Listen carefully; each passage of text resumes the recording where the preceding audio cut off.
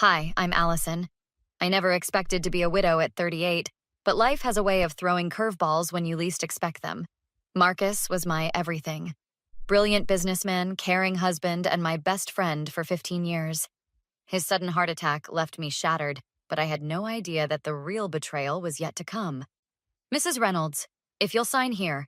Mr. Hoffman, Marcus's attorney, slid the document across his desk. His expression remained neutral, but I caught the flicker of discomfort in his eyes. I don't understand, I said, scanning the papers. There must be some mistake. Reynolds Technologies was our life. Marcus built that company from nothing. Why would he leave it entirely to Victoria? Victoria, Marcus's younger sister, sat across from me, her face a perfect mask of sympathy that didn't reach her eyes. He always wanted the company to stay in the Reynolds bloodline, Allie. You know that. Don't call me Allie, I snapped. And that's ridiculous. I was his partner in everything.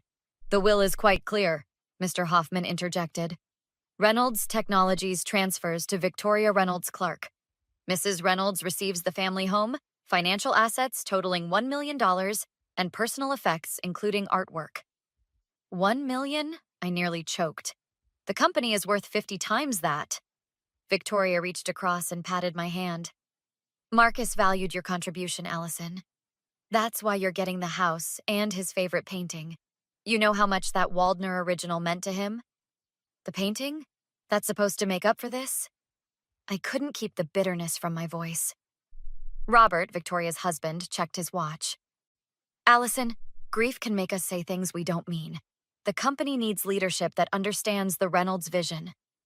After signing the papers, what choice did I have? I returned home. Marcus's prized Waldner landscape mocking me from the living room wall. What was so special about you? I whispered to the painting. Allison, you in there? My friend Daniel's voice called from the front door. In here, I called back, not taking my eyes off the canvas. Daniel, my oldest friend and a corporate lawyer, entered and hugged me.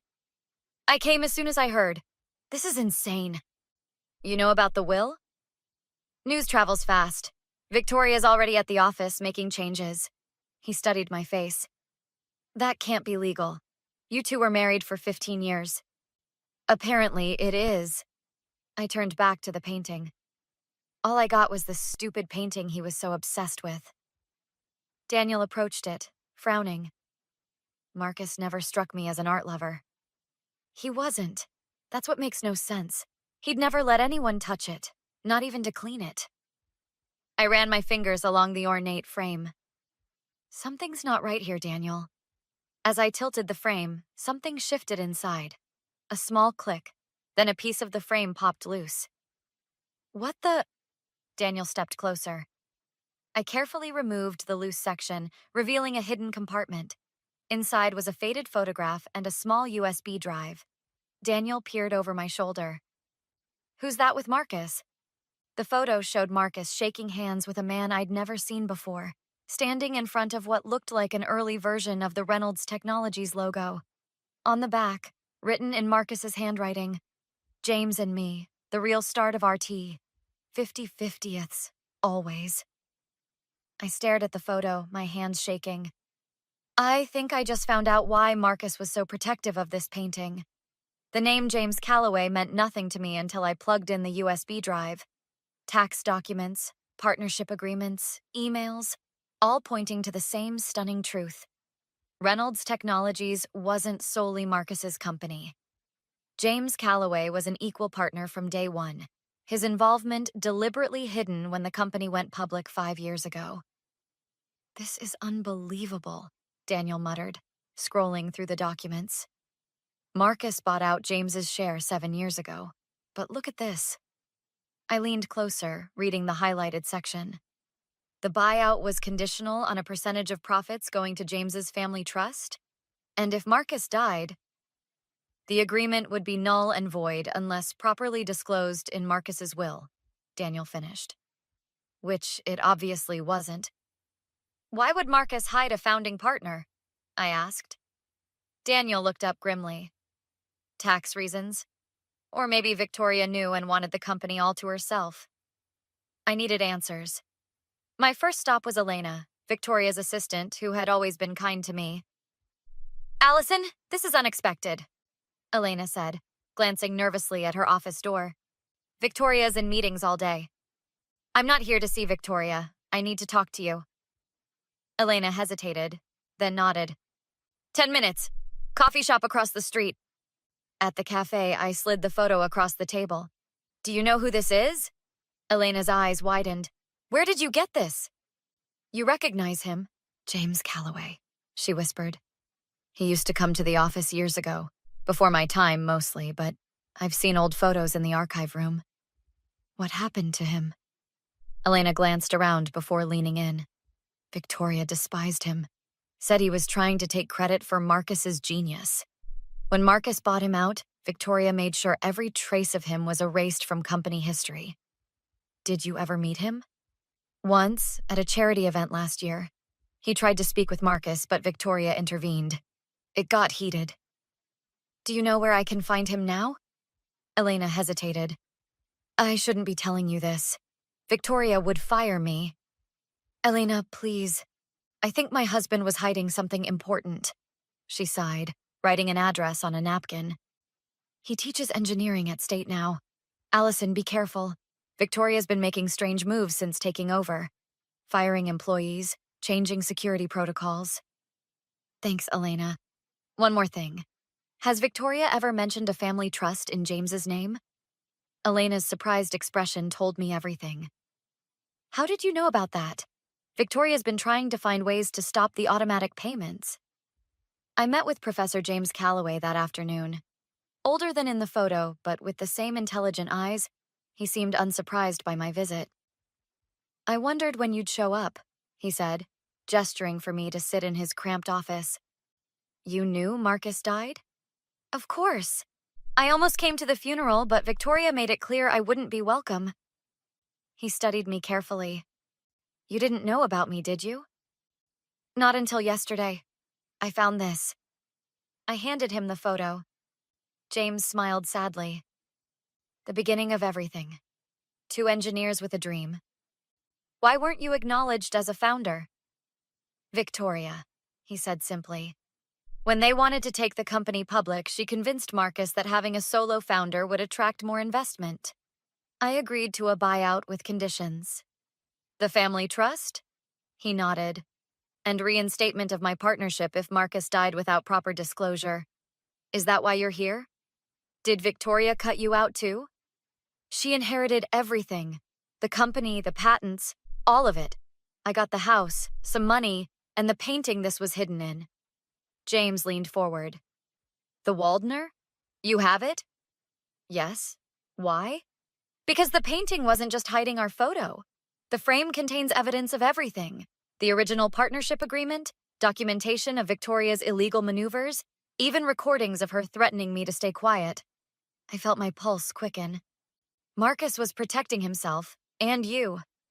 And now, potentially you. James reached for his phone. I've been waiting years for this. 1 week later, I walked into Reynolds Technologies for the first time since Marcus's funeral. With Daniel beside me and James waiting outside with his lawyer, I approached Victoria's new executive suite. Her assistant tried to stop me. Mrs. Reynolds, you don't have an appointment? I pushed past her, throwing open Victoria's door. She looked up from Marcus's desk with annoyance that quickly turned to surprise. Allison, what are you doing here? She stood. Robert was seated in a chair opposite her. We need to talk, I said calmly. I'm quite busy. Perhaps you could schedule something for next week. This won't wait. I placed the USB drive on the desk. I know about James Calloway. The color drained from Victoria's face. Robert stood quickly. I think you should leave. Sit down, Robert, I snapped. Unless you want to be charged as an accomplice. An accomplice? Victoria laughed nervously. To what crime exactly? Fraud, embezzlement, falsifying corporate records. Daniel stepped forward. We have everything, Victoria. The original partnership agreement, the real terms of the buyout, the recordings. Recordings? Victoria's voice faltered.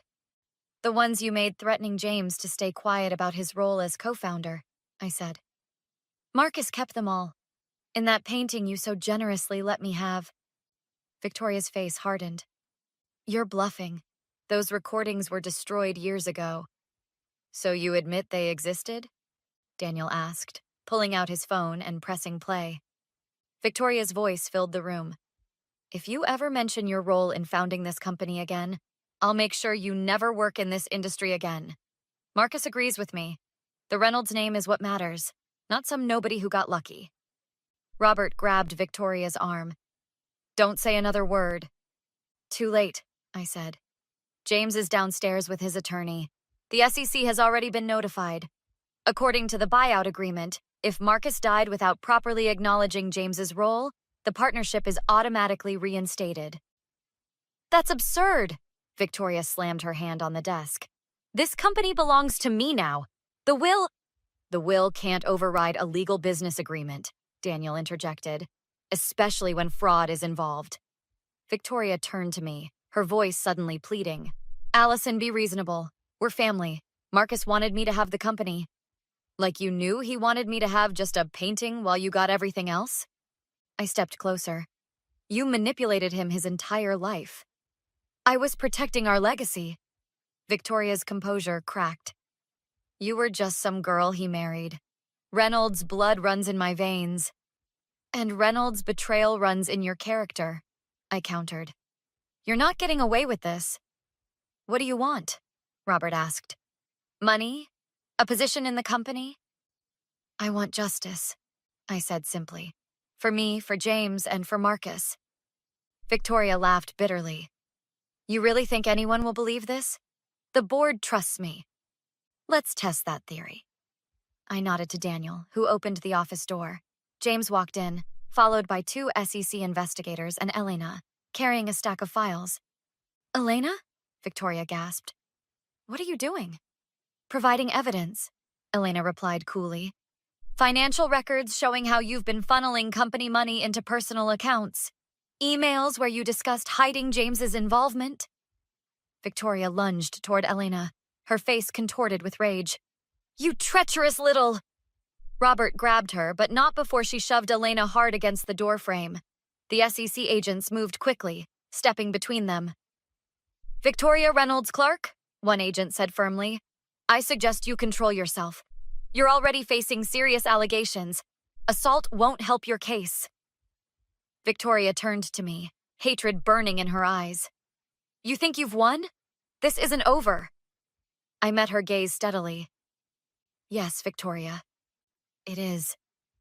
6 months later, I sat in the courtroom as Victoria and Robert were found guilty on multiple counts of fraud, falsification of records, and assault. Victoria glared at me from the defendant's table, her eyes defiant despite the orange jumpsuit. After court, James found me in the hallway.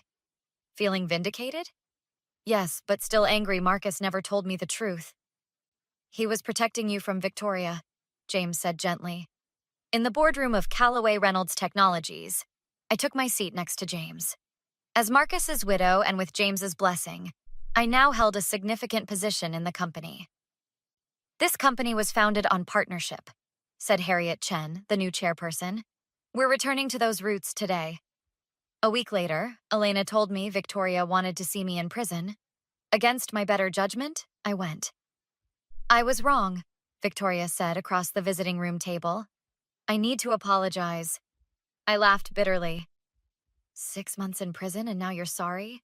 Marcus really did love you. He was planning to tell you everything. More lies, Victoria? We're done. Please, she called desperately as I stood to leave. I've lost everything. Can't we try to... To what? Reconcile? I turned back. You tried to steal my husband's legacy. You assaulted Elena. You lied to my face. There's no coming back from that. We're still family. No, Victoria. We never were in your eyes. You saw me as an outsider. Now you are the outsider. That evening, Daniel, James, and Elena gathered at my home. Daniel raised his glass. To justice served. And secrets revealed, I added, clinking my glass against his. Do you think Victoria will ever understand what she did wrong? Elena asked. I shook my head. Some people never accept responsibility. What happens now? James asked. With the company? With everything? I looked around at these people who had helped me find justice. My new partners, my real family. Now we build something better, I said firmly. Something honest. Something Marcus should have built from the beginning. Daniel smiled. And Victoria? Victoria can spend the next 5 to 7 years thinking about her choices. I took a sip of wine.